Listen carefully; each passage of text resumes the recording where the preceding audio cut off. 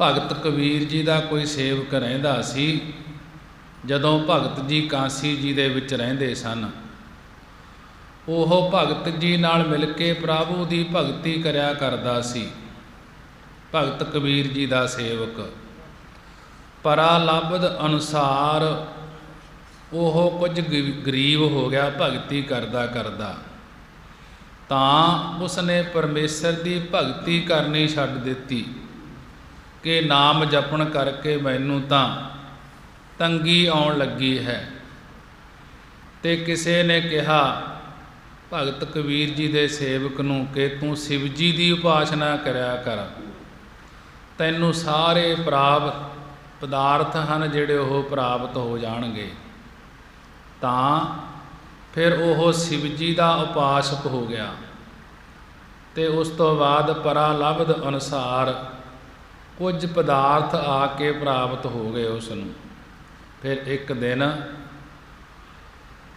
ਉਹ ਭਗਤ ਕਬੀਰ ਜੀ ਦੇ ਪਾਸ ਗਿਆ ਤੇ ਜਾ ਕੇ ਕਹਿਣ ਲੱਗਿਆ, ਭਗਤ ਜੀ, ਮੈਂ ਹੁਣ ਪਰਮੇਸ਼ਰ ਦੀ ਭਗਤੀ ਛੱਡ ਦਿੱਤੀ ਹੈ ਤੇ ਸ਼ਿਵ ਜੀ ਦੀ ਉਪਾਸਨਾ ਕਰਦਾ ਹਾਂ, ਜਿਸ ਕਰਕੇ ਮੈਨੂੰ ਬਹੁਤ ਸਾਰੇ ਪਦਾਰਥ ਪ੍ਰਾਪਤ ਹੋਏ ਹਨ। ਇਹ ਸੁਣ ਕੇ ਭਗਤ ਕਬੀਰ ਜੀ ਇਸ ਸ਼ਬਦ ਦੇ ਵਿੱਚ ਫਰਮਾਉਂਦੇ ਹਨ, ਉਸ ਨੂੰ ਲਾਂਭੇ ਦਿੰਦੇ ਹਨ, ਰੇ ਜੀਨ ਲਾਜ ਲਾਜ ਤੋਹੇ ਨਾਹੀ, ਹਾਰ ਤਾਜ ਕਤ ਕਾਹੂ ਕੇ ਜਾਹੀ। ਕਹਿਣ ਲੱਗੇ, ਹੇ ਨਿਲੱਜ, ਲੱਜਿਆ ਤੋਂ ਰਹਿਤ ਜੀਵ, ਹੇ ਜੀਵ ਤੋਂ ਬੜਾ ਨਿਲੱਜ, ਸ਼ਰਮ ਤੋਂ ਰਹਿਤ ਹੈ। ਤੈਨੂੰ ਲਾਜ, ਤੈਨੂੰ ਸ਼ਰਮ ਨਹੀਂ ਆਉਂਦੀ।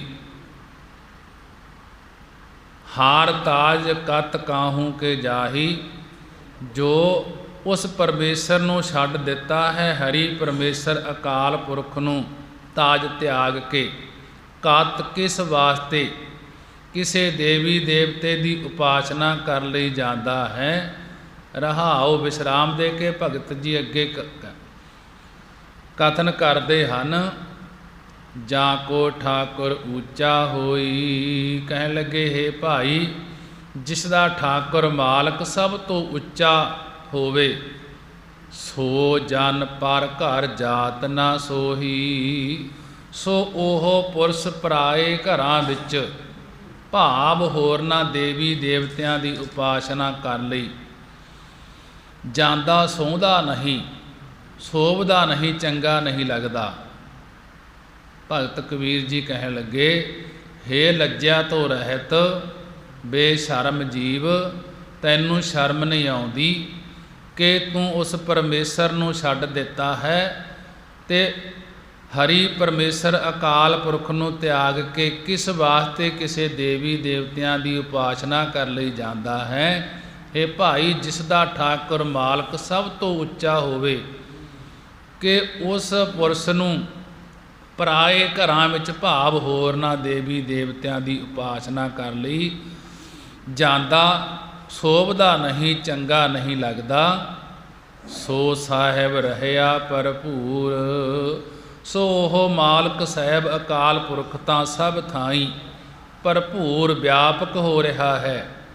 ਫਿਰ ਸਦਾ ਸੰਗ ਨਾਹੀ ਹਰ ਦੂਰ, ਉਹ ਸਦਾ ਹਮੇਸ਼ਾ ਆਪਣੇ ਸੰਗ ਸਾਥ ਹੈ ਅਤੇ ਉਹ ਪਰਮੇਸ਼ਰ ਆਪਣੇ ਤੋਂ ਕਦਾਚਿਤ ਕਦੇ ਵੀ ਦੂਰ ਨਹੀਂ ਹੁੰਦਾ ਤੇ ਦੂਰ ਨਹੀਂ ਹੈ। ਕਾਬਲਾ ਚਰਨ ਸਰਨ ਜਾਂ ਸਰਨ ਹੈ ਜਾਂ ਕੇ, ਕਾਬਲਾ ਚਰਨ ਸਰਨ ਹੈ ਜਾਂ ਕੇ। ਕਿ ਹੇ ਭਾਈ, ਜਿਸ ਪਰਮੇਸ਼ਰ ਦੇ ਚਰਨ ਕਾਬਲਾਂ ਦੀ ਸਰਨ ਓਟ ਪਨਾਹ ਵਿੱਚ ਸਦਾ ਲక్ష్ਮੀ ਮਾਇਆ ਬੈਠੀ ਦਾਸੀ ਹੋ ਕੇ ਰਹਿੰਦੀ ਹੈ, ਕਹੋ ਜਨ ਕਾ ਨਾਹੀ ਘਰ ਤਾਂ ਕੇ।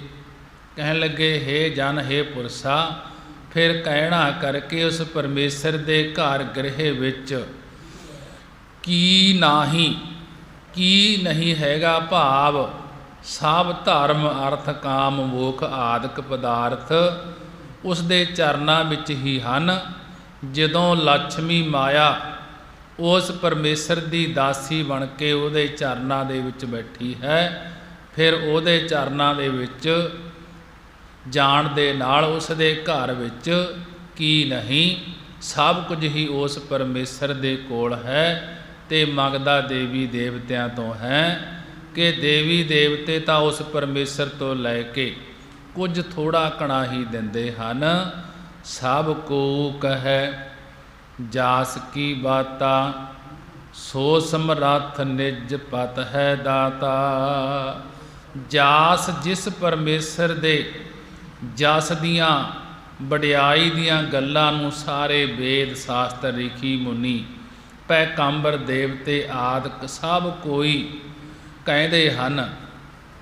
ਸੋ ਸਮਰੱਥ ਨਿਜ ਪਤ ਹੈ ਦਾਤਾ, ਹੈ ਭਾਈ ਉਹ ਪਰਮੇਸ਼ਰ ਸਮਰੱਥ ਸਰਬ ਸ਼ਕਤੀਵਾਨ ਹੈ।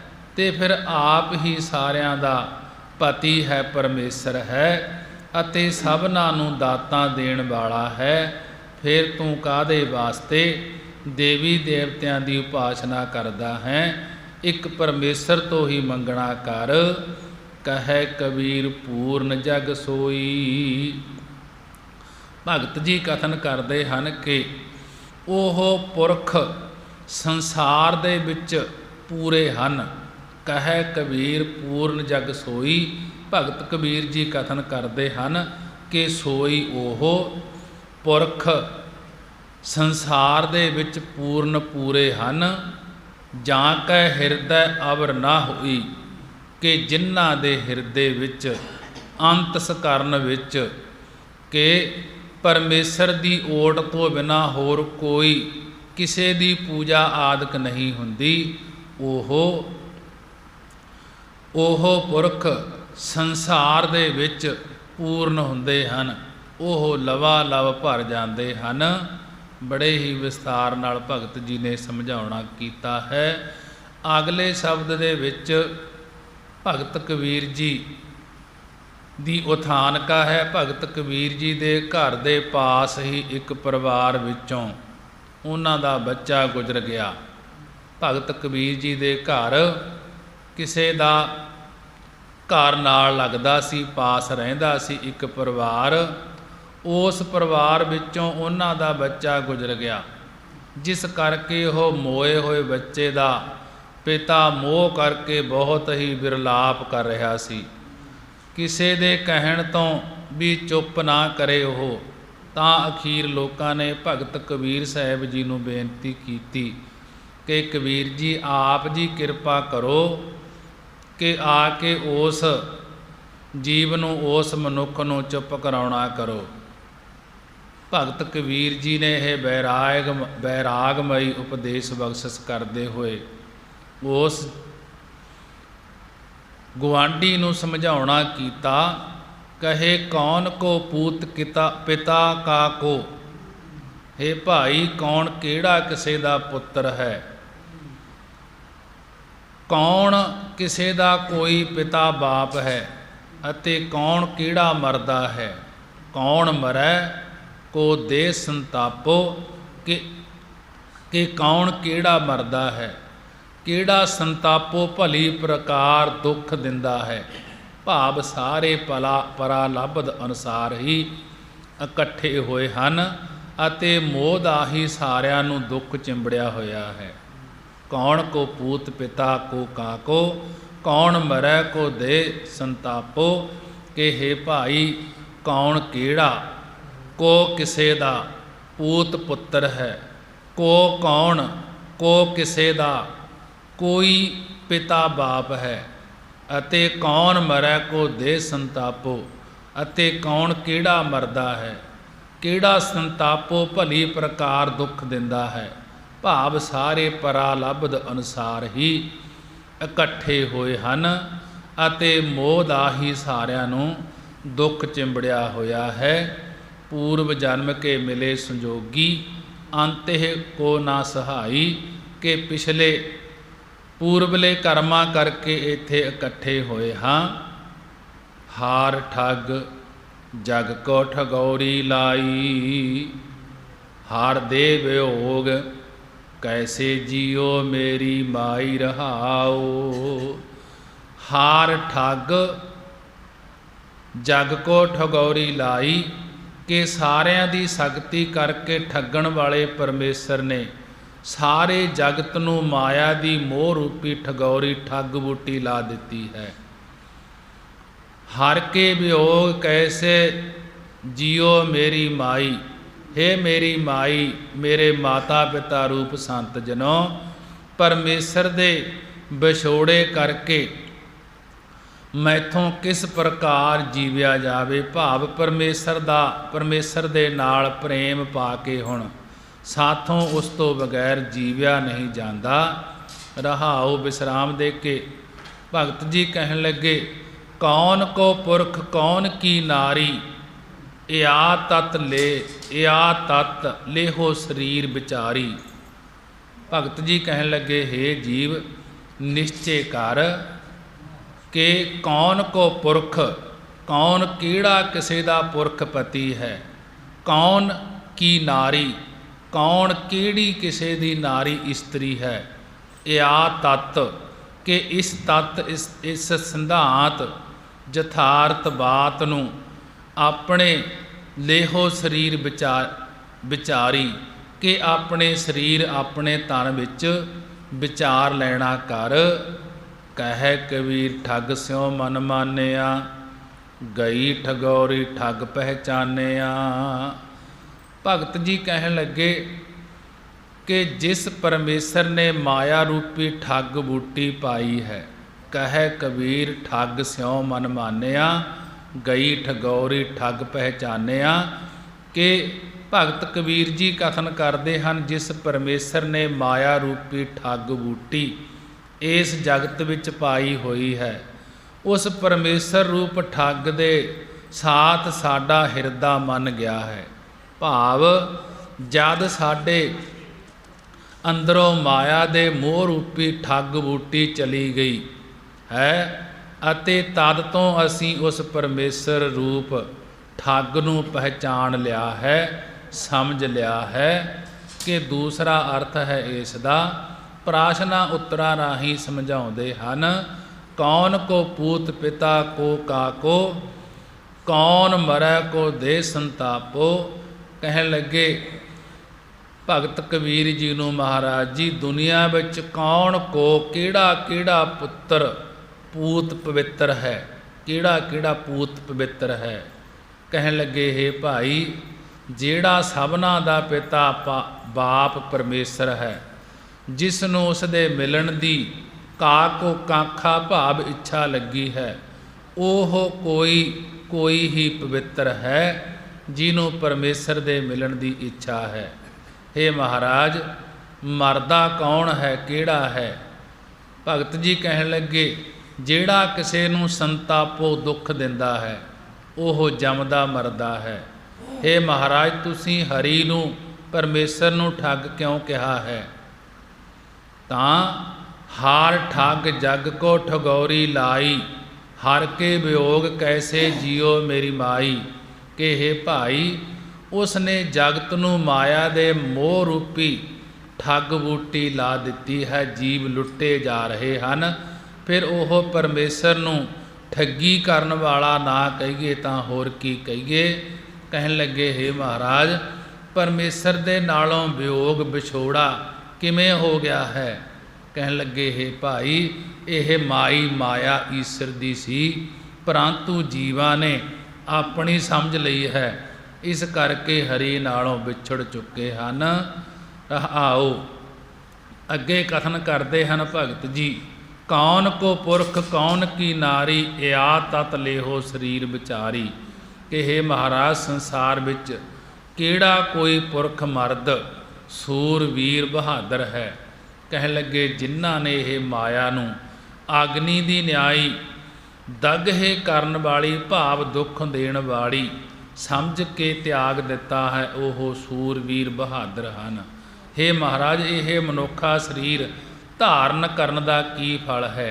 कहन लगे कि या तत् लेहो शरीर बचाई, कि या इस शरीर इस तन धारे दा इहो फल है जो तत् सिद्धांत स्वरूप नूं हिरदे विच ਤਤ ਮਿਥਿਆ ਦਾ ਵਿਵੇਚਨ ਕਰਕੇ ਅਤੇ ਆਤਮਾ ਨੂੰ ਚੇਤਨ ਸਰੂਪ ਕਰਕੇ ਵਿਚਾਰ ਲੈਣਾ ਹੈ। ਇਹੀ ਅਸਲ ਸਿਧਾਂਤ ਰੂਪੀ ਫਲ ਹੈ। ਕਹੈ ਕਬੀਰ ਠੱਗ ਸਿਉ ਮਨ ਮਾਨਿਆ, ਗਈ ਠਗੌਰੀ ਠੱਗ ਪਹਿਚਾਨਿਆ। ਭਗਤ ਕਬੀਰ ਜੀ ਕਥਨ ਕਰਦੇ ਹਨ ਕਿ ਇਹ ਭਾਈ, ਜਿਸ ਈਸ਼ਰ ਨੇ ਮਾਇਆ ਦਾ ਮੋਹ ਪਾ ਕੇ ਠੱਗੀ ਮਾਰਨੀ ਕੀਤੀ ਹੈ, ਸਾਡਾ ਉਹ ਠੱਗ ਰੂਪ ਈਸ਼ਰ ਦੇ ਨਾਲ ਹਿਰਦਾ ਮੰਨ ਗਿਆ ਹੈ। ਇਸ ਕਰਕੇ ਮਾਇਆ ਦੇ ਮੋਹ ਵਾਲੀ ਠੱਗ ਬੂਟੀ ਸਾਡੇ ਸਰੀਰ ਵਿੱਚੋਂ ਨਿਵਰਤ ਹੋ ਗਈ ਹੈ ਤੇ ਅਸੀਂ ਪਰਮੇਸ਼ਰ ਰੂਪ ਠੱਗ ਦੇ ਤਾਈਂ ਪਛਾਣ ਲਿਆ ਹੈ ਕਿ ਇਹ ਉਸੇ ਦੀ ਹੀ ਬਾਜੀ ਪਾਈ ਹੋਈ ਹੈ, ਉਸੇ ਦੀ ਹੀ ਖੇਡ ਹੈ। ਅੱਗੇ ਭਗਤ ਜੀ ਸਮਝਾ ਰਹੇ ਹਨ, ਅਬ ਮੋਕੋ ਭਏ ਰਾਜਾ ਰਾਮ ਸਹਾਈ, ਜਨਮ ਮਰਨ ਕਟ ਪਰਮ ਗਤ ਪਾਈ ਰਹਾਓ।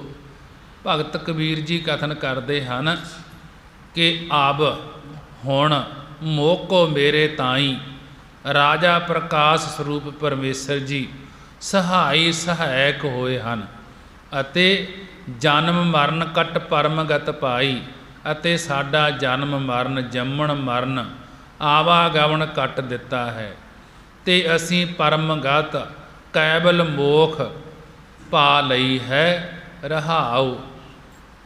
ਅੱਗੇ ਭਗਤ ਜੀ ਕਥਨ ਕਰਦੇ ਹਨ, ਸਾਧੂ ਸੰਗਤ ਦਿਓ ਰਲਾਏ, ਪੰਜ ਦੂਤ ਤੇ ਲਿਓ ਛਡਾਏ। ਉਸ ਪਰਮੇਸ਼ਰ ਨੇ ਸਾਨੂੰ ਸਾਧੂ ਮਹਾਂਪੁਰਖਾਂ ਦੀ ਸੰਗਤ ਸੰਗ ਨਾਲ ਰਲਾ ਮੇਲ ਦਿੱਤਾ ਹੈ। ਫਿਰ ਸੰਗਤ ਦੇ ਪ੍ਰਤਾਪ ਕਰਕੇ ਪੰਜ ਦੂਤ ਤੇ ਲਿਓ ਛਡਾਏ। ਪੰਜ ਦੂਤ ਕਾਮ ਕ੍ਰੋਧ ਲੋਭ ਮੋਹ ਹੰਕਾਰ ਦੀ ਕੁਸੰਗਤ ਤੋਂ ਸਾਨੂੰ ਛਡਾ ਲਿਆ ਹੈ। ਮਹਾਰਾਜ ਸੰਗਤ ਵਿੱਚੋਂ ਤੁਹਾਨੂੰ ਕੀ ਉਪਾਅ ਮਿਲਿਆ ਹੈ? ਭਗਤ ਜੀ ਕਹਿਣ ਲੱਗੇ, ਅੰਮ੍ਰਿਤ ਨਾਮ ਜਪੋ ਜਪ ਰਸਨਾ, ਅਮੋਲ ਦਾਸ ਕਰ ਲੀਨੋ ਆਪਣਾ। ਕਿ ਇਹ ਭਾਈ ਸਾਨੂੰ ਸੰਗਤ ਵਿੱਚ ਗੁਰੂ ਨੇ ਇਹ ਉਪਾਅ ਦੱਸਿਆ ਹੈ ਕਿ ਪਰਮੇਸ਼ਰ ਦੇ ਅੰਮ੍ਰਿਤ ਮਿਰਤੂ ਤੋਂ ਰਹਿਤ ਕਰਨ ਵਾਲੇ ਨਾਮ ਨੂੰ ਰਸਨਾ ਦੁਆਰਾ ਜਿਹਬਾ ਦੁਆਰਾ ਜਪਣਾ ਕਰੋ। ਤੇ ਅਸੀਂ ਜਪਦੇ ਹਾਂ ਤੇ ਗੁਰੂ ਜੀ ਨੇ ਸਾਨੂੰ ਅਮੋਲ ਦਾਸ ਕਰ ਲੀਨੋ ਆਪਣਾ, ਕਿ ਗੁਰੂ ਜੀ ਨੇ ਸਾਨੂੰ ਅਮੋਲ ਬੇਕੀਮਤਾ ਸੇਵਕ ਸਮਝ ਕੇ ਆਪਣਾ ਸਰੂਪ ਹੀ ਕਰ ਲਿਆ ਹੈ। ਸਤਿਗੁਰ ਕੀਨੋ ਪਰਉਪਕਾਰ, ਕਾੜ ਲੀਨ ਸਾਗਰ ਸੰਸਾਰ। ਸਤਿਗੁਰੂ ਰਾਮਾਨੰਦ ਜੀ ਗੁਰੂ ਨਾਨਕ ਦੇਵ ਜੀ ਨੇ ਇਹ ਬੜਾ ਭਾਰੀ ਉਪਕਾਰ ਵਿਸ਼ੇਸ਼ ਕਰਕੇ ਭਲਾ ਕੀਤਾ ਹੈ। ਕਾੜ ਲੀਨ ਸਾਗਰ ਸੰਸਾਰ, ਜਿਹੜਾ ਸਾਨੂੰ ਸੰਸਾਰ ਸਮੁੰਦਰ ਤੋਂ ਕਿਰਪਾ ਦ੍ਰਿਸ਼ਟੀ ਕਰਕੇ ਮੁਕਤੀ ਰੂਪੀ ਕਿਨਾਰੇ ਤੇ ਕੱਢ ਲਿਆ ਹੈ। ਚਰਨ ਕਮਲ ਸਿਉ ਲਾਗੀ ਪ੍ਰੀਤ, ਗੋਵਿੰਦ ਵਸੈ ਨਿਤਾ ਨਿਤ ਨੀਤ। ਮਹਾਰਾਜ ਜੀ ਕਥਨ ਕਰਦੇ ਹਨ ਕਿ ਜੋ ਚਰਨ ਕਮਲ ਕੌਲ ਫੁੱਲ ਵਾਂਗ ਨਿਰਲੇਪ ਹਨ, ਉਹਨਾਂ ਦੇ ਨਾਲ ਸਾਡੀ ਪ੍ਰੀਤੀ ਲੱਗ ਗਈ ਹੈ।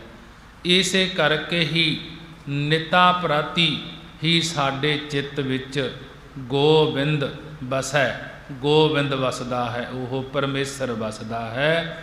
ਮਾਇਆ ਤਪਤ ਬੁਝਿਆ ਅੰਗਿਆਰ, ਮਨ ਸੰਤੋਖ ਨਾਮ ਆਧਾਰ। ਇਸੇ ਕਰਕੇ ਅਗਨੀ ਰੂਪੀ ਮਾਇਆ ਕਰਕੇ ਜੋ ਪਦਾਰਥਾਂ ਨੂੰ ਭੋਗਣ ਦੀ ਇੱਛਾ ਰੂਪੀ ਤਪਤ ਅਤੇ ਪਾਪਾਂ ਰੂਪੀ ਅੰਗਿਆਰ ਅੱਗ ਦਾ ਗੋਲਾ ਨਾਮ ਰੂਪੀ ਜਲ ਦੇ ਪੈਣੇ ਕਰਕੇ ਬੁਝ ਗਿਆ ਹੈ। ਮਾਇਆ ਤਪਤ ਬੁਝਿਆ ਅੰਗਿਆਰ, ਮਨ ਸੰਤੋਖ ਨਾਮ ਆਧਾਰ। ਕਿ ਅਗਨੀ ਰੂਪੀ ਮਾਇਆ ਕਰਕੇ ਜੋ ਪਦਾਰਥਾਂ ਨੂੰ ਭੋਗਣ ਦੀ ਇੱਛਾ ਰੂਪੀ ਤਪਸ ਤੇ ਪਾਪਾਂ ਰੂਪੀ ਅੰਗਿਆਰ ਅੱਗ ਦਾ ਗੋਲਾ ਨਾਮ ਰੂਪੀ ਜਲ ਦੇ ਪੈਣੇ ਕਰਕੇ ਬੁਝ ਗਿਆ ਹੈ, ਅਤੇ ਪਰਮੇਸ਼ਰ ਦੇ ਨਾਮ ਦਾ ਆਧਾਰ ਆਸਰਾ ਲੈਣ ਕਰਕੇ ਮਨ ਸੰਤੋਖ, ਕਿ ਮਨ ਹਿਰਦੇ ਵਿੱਚ ਸੰਤੋਖ ਆ ਗਿਆ ਹੈ, ਸਬਰ ਆ ਗਿਆ ਹੈ। ਜਲ ਥਲ ਪੂਰ ਰਹੇ ਪ੍ਰਭ ਸੁਆਮੀ, ਜਲਾਂ ਥਲਾਂ ਵਿੱਚ ਆਦਿਕ ਸਭ ਥਾਮੀ। ਜਲ ਦੀ ਨਿਆਈ ਪ੍ਰੇਮੀਆਂ ਵਿੱਚ ਥਲਦੀ ਨਿਆਈ ਖੁਸ਼ਕ ਸਕਾਮੀਆਂ ਵਿੱਚ ਉਹ ਸੁਆਮੀ ਮਾਲਕ ਪ੍ਰਭੂ ਪਰਮੇਸ਼ਰ ਪੂਰਨ ਹੋ ਰਿਹਾ ਹੈ। ਜਤ ਪੇਖਤ ਤਤ ਅੰਤਰਜਾਮੀ, ਕਿ ਅਸੀਂ ਜਤ ਜਿੱਥੇ ਵੇਖਦੇ ਹਾਂ ਉੱਥੇ ਹੀ ਅੰਤਰਜਾਮੀ ਅੰਦਰ ਦਾ ਪ੍ਰੇਰਕ ਪਰਮੇਸ਼ਰ ਆਪ ਹੀ ਹੈ। ਆਪਣੀ ਭਗਤ ਆਪ ਹੀ ਦਿਰੜਾਈ, ਪਰਮੇਸ਼ਰ ਨੇ ਕਿਰਪਾ ਕਰਕੇ ਆਪਣੀ ਪ੍ਰੇਮਾ ਭਗਤੀ ਆਪੇ ਹੀ ਨਿਸ਼ਚੈ ਕਰਕੇ ਸਾਨੂੰ ਦ੍ਰਿੜ ਕਰਾ ਦਿੱਤੀ ਹੈ, ਪੱਕੀ ਤਰ੍ਹਾਂ ਵਸਾ ਦਿੱਤੀ ਹੈ। ਪੂਰਬ ਲਿਖਤ ਮਿਲਿਆ ਮੇਰੇ ਭਾਈ, ਹੇ ਮੇਰੇ ਭਾਈ ਸਾਡੇ ਭਰਾਵੋ, ਇਹ ਤਾਂ ਪੂਰਬਲੇ ਲਿਖੇ ਹੋਏ ਨਿਸਕਾਮ ਕਰਮਾਂ ਅਨੁਸਾਰ ਹੀ ਸਾਨੂੰ ਇਸ ਜਨਮ ਵਿੱਚ ਪਰਮੇਸ਼ਰ ਮਿਲ ਗਿਆ ਹੈ। ਜਿਸ ਕਿਰਪਾ ਕਰੇ ਤਿਸ ਪੂਰਨ ਸਾਜ, ਕਬੀਰ ਕੋ ਸੁਆਮੀ ਗਰੀਬ ਨਵਾਜ। ਜਿਸ ਕਿਰਪਾ ਕਰੇ ਤਿਸ ਪੂਰਨ ਸਾਜ, ਕਬੀਰ ਕੋ ਸੁਆਮੀ ਗਰੀਬ ਨਵਾਜ। हे ਭਾਈ, ਜਿਸ ਉੱਪਰ ਪਰਮੇਸ਼ਰ ਆਪ ਦਇਆ ਦ੍ਰਿਸ਼ਟੀ ਕਰਦਾ ਹੈ, ਉਸ ਪੁਰਸ਼ ਨੂੰ ਹੀ ਪੂਰੇ ਗਿਆਨ ਦੀ ਸੁਭ ਗੁਣਾ ਸਾਧਨ ਰੂਪੀ ਸਾਜ ਸਮੱਗਰੀ ਦੇਣਾ ਕਰਦਾ ਹੈ। ਭਗਤ ਕਬੀਰ ਜੀ ਕਥਨ ਕਰਦੇ ਹਨ ਕਿ ਉਹ ਸਾਡਾ ਸੁਆਮੀ ਮਾਲਕ ਪਰਮੇਸ਼ਰ ਹੈ, ਗਰੀਬ ਨਵਾਜ, ਜੋ ਗਰੀਬ ਦੀਨਾਂ ਨੂੰ ਗਰੀਬਾਂ ਨੂੰ ਨਿਵਾਜਣ ਵਾਲਾ ਹੈ। ਉਹ ਸਾਡਾ ਮਾਲਕ ਹੈ, ਪਰਮੇਸ਼ਰ ਹੈ ਜੋ ਉਹ ਸਾਡਾ ਮਾਲਕ ਸੁਆਮੀ ਹੈ। ਭਗਤ ਜੀ ਨੇ ਬੜੇ ਹੀ ਵਿਸਤਾਰ ਦੇ ਨਾਲ ਸਮਝਾਉਣਾ ਕੀਤਾ ਹੈ ਕਿ ਅਗਲੇ ਸ਼ਬਦ ਦੇ ਵਿੱਚ ਭਗਤ ਜੀ ਕਥਨ ਕਰਦੇ ਹਨ, ਕਾਂਸੀ ਜੀ ਦੇ ਵਿੱਚ ਕਿਸੇ ਨੇ ਘਰ ਵਿੱਚ ਭੋਜਨ ਤਿਆਰ ਕੀਤਾ ਤੇ ਬਹੁਤ ਸਾਰੇ ਸਾਧੂ ਮਹਾਤਮਾ ਤੇ ਪੰਡਤਾਂ ਨੂੰ ਬੁਲਾਇਆ ਗਿਆ। ਉਹਨਾਂ ਨੇ ਭਗਤ ਕਬੀਰ ਜੀ ਨੂੰ ਵੀ ਕਿਹਾ ਕਿ ਮਹਾਰਾਜ ਘਰ ਵਿੱਚ ਆ ਕੇ ਦਰਸ਼ਨ ਦਿਓ। ਤਾਂ ਭਗਤ ਕਬੀਰ ਜੀ ਉਹਨਾਂ ਦੀ ਬੇਨਤੀ ਮੰਨ ਕੇ ਉਹਨਾਂ ਦੇ ਘਰ ਵਿੱਚ ਚਲੇ ਗਏ। ਜਿਸ ਵੇਲੇ ਪ੍ਰਸ਼ਾਦਾ ਛਕਣ ਲਈ ਐਨ ਪੰਗਤਾਂ ਸਜ ਗਈਆਂ, ਪੰਗਤਾਂ ਦੇ ਵਿੱਚ ਬੈਠ ਗਏ। ਉਸ ਵੇਲੇ ਭੋਜਨ ਵੀ ਪਰੋਸਿਆ ਗਿਆ ਤੇ ਉਸ ਵੇਲੇ ਦਾਈ ਨੇ ਆ ਕੇ ਵਧਾਈ ਦੇ ਦਿੱਤੀ ਪ੍ਰਸ਼ਾਦਾ ਛਕਣ ਤੋਂ ਪਹਿਲਾਂ, ਤੇ ਹਜੇ ਪ੍ਰਸ਼ਾਦਾ ਛਕਣ ਨਹੀਂ ਲੱਗੇ ਸੀ, ਪਰੋਸਿਆ ਸੀ, ਪਾਈ ਜਾ ਰਹੇ ਸਨ ਕਿ ਹੇ ਸੰਤ ਮਹਾਂਪੁਰਖੋ, ਬੜੀ ਖੁਸ਼ੀ ਦੀ ਗੱਲ ਹੈ, ਜਿਸ ਘਰ ਵਿੱਚ ਤੁਸੀਂ ਪ੍ਰਸ਼ਾਦਾ ਛਕ ਰਹੇ ਹੋ ਉਸ ਘਰ ਵਿੱਚ ਪੁੱਤਰ ਪੈਦਾ ਹੋਇਆ ਹੈ। ਇਹ ਸੁਣਦਿਆਂ ਸਾਰ ਹੀ ਸਾਰੇ ਬ੍ਰਾਹਮਣ ਸੂਤਕ ਹੋ ਗਿਆ ਹੈ, ਸੂਤਕ ਹੋ ਗਿਆ ਹੈ, ਇਉਂ ਕਹਿ ਕੇ ਉੱਠ ਖਲੋਤੇ ਤੇ ਪ੍ਰਸ਼ਾਦਾ ਸਾਰਾ ਉਸੇ ਤਰ੍ਹਾਂ ਪਰੋਸਿਆ ਹੋਇਆ ਰਹਿਣ ਦਿੱਤਾ, ਪਿਆ ਹੀ ਰਹਿ ਗਿਆ। ਭਗਤ ਕਬੀਰ ਜੀ ਉੱਥੇ ਬੈਠੇ ਰਹੇ ਤੇ ਆਨੰਦ ਨਾਲ ਪ੍ਰਸ਼ਾਦਾ ਛਕਿਆ। ਤਾਂ ਪੰਡਤ ਉਸੇ ਤਰ੍ਹਾਂ ਪ੍ਰਸ਼ਾਦਾ ਛੱਡ ਕੇ ਚਲੇ ਗਏ। ਤਾਂ ਇੱਕ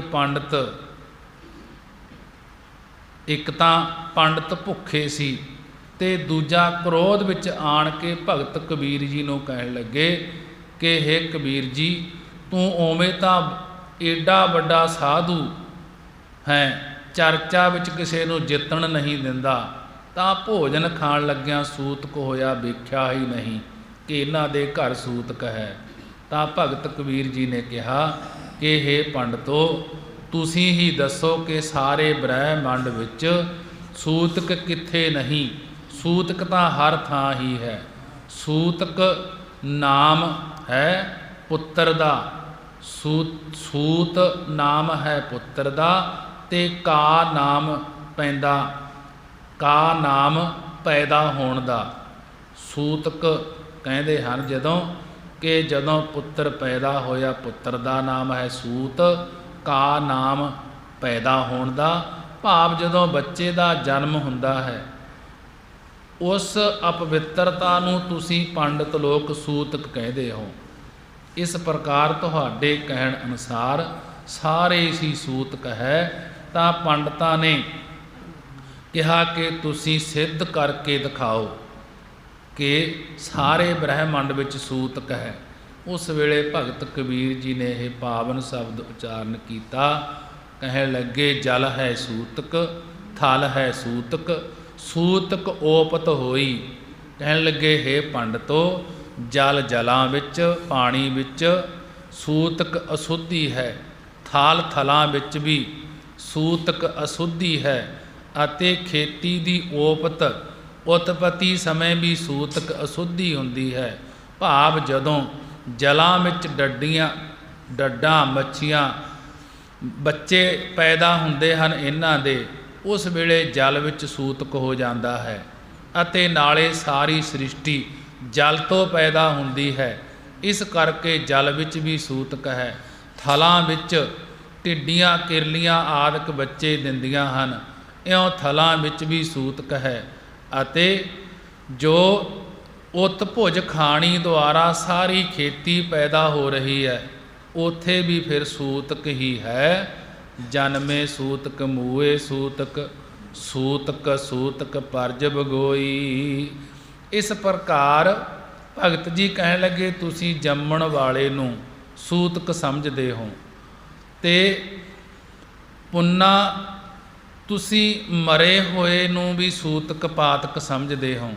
ਇਸ ਪ੍ਰਕਾਰ ਤੁਸੀਂ ਸੂਤਕ ਸੂਤਕ ਕਹਿ ਕੇ ਸਾਰੀ ਪਰਜਾ ਭਾਵ ਦੁਨੀਆ ਖਰਾਬ ਕਰ ਛੱਡੀ ਹੈ। ਕਹੋ ਰੇ ਪੰਡਿਆ ਕੌਣ ਪਵੀਤਾ, ਐਸਾ ਗਿਆਨ ਜਪੋ ਮੇਰੇ ਮੀਤਾ। ਕਿ ਹੇ ਪੰਡਿਆ ਪੰਡਤੋ ਵਿਦਵਾਨੋ, ਇਸ ਪ੍ਰਕਾਰ ਦੱਸਣਾ ਕਰੋ ਕਿ ਸੂਤਕ ਤੋਂ ਬਿਨਾ ਕਿਹੜਾ ਥਾਂ ਪਵੀਤਾ ਪਵਿੱਤਰ ਹੈ। ਹੇ ਮੇਰੇ ਮੀਤਾ, ਸਾਡੇ ਮਿੱਤਰੋ, ਐਸਾ ਅਜਿਹਾ ਗਿਆਨ ਬੋਧ ਜਾਣ ਕਰਕੇ ਇੱਕ ਪਰਮੇਸ਼ਰ ਨੂੰ ਜਪਣਾ ਕਰੋ। ਰਹਾਉ ਵਿਸਰਾਮ ਦੇ ਕੇ ਭਗਤ ਜੀ ਕਹਿਣ ਲੱਗੇ ਨੈਨਹੁ ਸੂਤਕ ਬੈਨਹੁ ਸੂਤਕ, ਸੂਤਕ ਸਰਾਬਣੀ ਹੋਈ। ਕਹਿਣ ਲੱਗੇ ਇਹ ਜੋ ਨੈਨਹੁ ਅੱਖਾਂ ਨਾਲ ਬੇਗਾਨਾ ਰੂਪ ਦੇਖਦੇ ਹੋ, ਇਹ ਅੱਖਾਂ ਦਾ ਸੂਤਕ ਹੈ। ਜੋ ਬੈਨਹੁ ਬਚਨਾਂ ਨਾਲ ਆਪਣੀ ਉਸਤਤੀ ਤੇ ਕਿਸੇ ਦੀ ਨਿੰਦਿਆ ਕਰੀ ਜਾਣੀ, ਇਹ ਬਚਨਾਂ ਨਾਲ ਸੂਤਕ ਹੈ, ਬੋਲਣ ਨਾਲ ਸੂਤਕ ਹੈ। ਸਰਾਬਣੀ ਕੰਨਾਂ ਨਾਲ ਜੋ ਆਵਾਜ਼ ਸੁਣਦੇ ਹੋ, ਇਹ ਵੀ ਸੂਤਕ ਅਸ਼ੁੱਧੀ ਪੈਦਾ ਹੁੰਦੀ ਹੈ। ਭਾਵ ਅੱਖਾਂ ਦੀਆਂ ਪਲਕਾਂ ਹਿੱਲਣ ਨਾਲ ਦ੍ਰਿਸ਼ਟੀ ਪੈਦਾ ਹੁੰਦੀ ਹੈ। ਬਚਨਾਂ ਨਾਲ ਵਾਕ ਪੈਦਾ ਹੁੰਦੇ ਹਨ, ਬੋਲਿਆ ਜਾਂਦਾ ਹੈ। ਕੰਨਾਂ ਨਾਲ ਆਵਾਜ਼ ਪੈਦਾ ਹੁੰਦੀ ਹੈ। ਇਹ ਸਭ ਸੂਤਕ ਹੀ ਹੈ। ਜੈਸਾ ਕਿ ਮਨ ਕਾ ਸੂਤਕ ਲੋਭ ਹੈ, ਜਿਹਬਾ ਸੂਤਕ ਕੂੜ, ਅੱਖੀਂ ਸੂਤਕ ਵੇਖਣਾ ਪਾਰ ਤਿਰ ਪਾਰ ਧਨ ਰੂਪ, ਕੰਨੀ ਸੂਤਕ ਕੰਨ ਪੈ ਲਾਏ ਤਵਾਰੀ ਖਾਹੇ। ਕਿ ਇਹ ਸੂਤਕ ਹੀ ਹੈ। ਊਠਤ ਬੈਠਤ ਸੂਤਕ ਲਾਗੈ, ਸੂਤਕ ਪਰੈ ਰਸੋਈ। ਕਿ ਊਠਤ ਉੱਠਣ ਲੱਗਿਆ ਤੇ ਬੈਠਕ ਬੈਠਣ ਲੱਗਿਆ ਅਨੇਕਾਂ ਸੂਖਮ ਕੀੜੀ ਆਦਿਕ ਜੀਵ ਜੰਤ ਮਰ ਜਾਂਦੇ ਹਨ, ਉਦੋਂ ਵੀ ਸੂਤਕ ਲੱਗਦਾ ਹੈ। ਤੇ ਰਸੋਈ ਵਿੱਚ ਵੀ ਗੋਹਾ ਆਦਿਕ ਫੇਰਨ ਕਰਕੇ ਸੂਤਕ ਹੀ ਪੈ ਰਿਹਾ ਹੈ। ਕਿ ਰਸੋਈ ਦੇ ਵਿੱਚ ਗੋਹਾ ਮੱਚਦਾ ਹੈ, ਉਸ ਦੇ ਵਿੱਚ ਕੀੜਾ ਹੁੰਦਾ ਹੈ, ਤੇ ਰਸੋਈ ਵਿੱਚ ਵੀ ਸੂਤਕ ਪੈ ਰਿਹਾ ਹੈ। ਬਾਸਨ ਕੀ ਵਿਦ ਸਭ ਕੋ ਜਾਣੈ, ਛੂਟਨ ਕੀ ਇੱਕ ਕੋਈ। ਕਿ ਸੰਸਾਰ ਵਿੱਚ ਕਰਮ ਕਾਂਡਾਂ ਵਿੱਚ ਬਾਸਨ ਹੁੰਦਾ ਫਾਸਣ ਦੀ ਵਿਧੀ ਨੂੰ ਤਾਂ ਸਾਰੇ ਕੋਈ ਹੀ ਜਾਣਦੇ ਹਨ, ਪਰੰਤੂ ਸੰਸਾਰ ਬੰਧਨਾਂ ਤੋਂ ਛੁੱਟਣ ਭਾਵ ਮੁਕਤ ਹੋਣ ਦੀ ਵਿਧੀ ਨੂੰ ਕੋਈ ਇੱਕ ਅੱਧਾ ਹੀ ਜਾਣਦਾ ਹੈ। ਕਹੈ ਕਬੀਰ RAM ਹਿਰਦੈ ਵਿਚਾਰੈ, ਸੂਤਕ ਤਿਨੈ ਨਾ ਹੋਈ। ਭਗਤ ਕਬੀਰ ਜੀ ਕਥਨ ਕਰਦੇ ਹਨ, ਕਹੈ ਕਬੀਰ RAM ਹਿਰਦੈ ਵਿਚਾਰੈ। ਹਿਰਦਾ ਹੁੰਦਾ ਹਿਰਦਾ, ਸੂਤਕ ਕਿਨੈ ਨਾ ਹੋਈ। ਭਗਤ ਕਬੀਰ ਜੀ ਕਥਨ ਕਰਦੇ ਹਨ ਕਿ ਇਹ ਭਾਈ ਜਿਹੜੇ ਪਰਮੇਸ਼ਰ ਦੇ ਨਾਮ ਨੂੰ ਹਿਰਦੇ ਵਿੱਚ ਵਿਚਾਰਦੇ ਹਨ ਤੇ ਹਿਰਦੇ ਵਿੱਚ ਪਰਮੇਸ਼ਰ ਦਾ ਨਾਮ ਜਪਦੇ ਹਨ, ਉਹਨਾਂ ਗੁਰਮੁਖਾਂ ਨੂੰ ਕਦੇ ਵੀ ਸੂਤਕ ਨਹੀਂ ਹੁੰਦੀ। ਉਹਨਾਂ ਨੂੰ ਅਪਵਿੱਤਰਤਾ ਨਹੀਂ ਹੁੰਦੀ, ਉਹ ਪਵਿੱਤਰ ਹੀ ਹੋ ਜਾਂਦੇ ਹਨ। ਮਹਾਰਾਜ ਜੀ ਨੇ